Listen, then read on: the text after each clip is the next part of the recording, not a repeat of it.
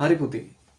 අපි අද බලන්නේ ඝන සෙන්ටිමීටර් එකක් මිලිලීටර් කීයද ඊට පස්සේ ඝන මීටර් එකක් ලීටර් කීයද කියන සම්බන්ධය ගැන තමයි අපි අද ඉගෙන ගන්න.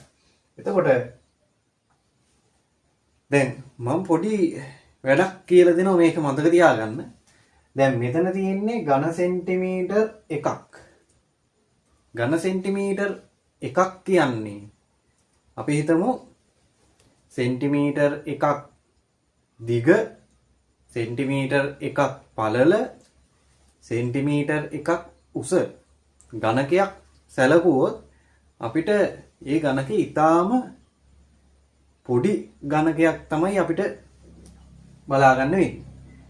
එතකොට ඒකට ගොඩාක් ජලය පිරවුවොත් ගොඩක් ජලය පුරවන්න බෑනේ. ඒ කියන්නේ ඊටාම පොඩි ප්‍රමාණයක් තමයි ඒ ඝනකයට පුරවන්න පුළුවන්. ඒතර අපි මතක තියාගන්න වෙනවා ඝන සෙන්ටිමීටර් එකක් කියන්නේ මිලිලීටර් එකයි. එහෙනම් අර මම කිව්ව ඝනකයට දාන්න පුළුවන් මිලිලීටර් එකයි. තාමත් පොඩි ප්‍රමාණය. එහෙනම් අපිට මතක තියාගන්න පුළුවන් ඝන සෙන්ටිමීටර් එකක් කියන්නේ මිලිලීටර් එකයි කියලා. ඒ වගේම මේ තියෙන්නේ ඝන මීටර් එකක්. ඝන මීටර් එක අපි ඒ විදිහට හිතුවොත් මීටරයක් දිග, මීටරයක් පළල, මීටරයක් උස ඝනකයක් සැලකුවොත් ඒක අපිට එතකොට ටිකක් විශාල ඝනකයක් තමයි එන්නේ.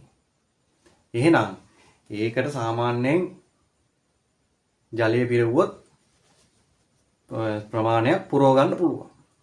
විශාල ප්‍රමාණයක් පුරව ගන්න පුළුවන්. එහෙනම් අපි මතක තියාගන්න ඕන ඝන මීටර් එකක් කියන්නේ ලීටර් 1000ක් කියලා.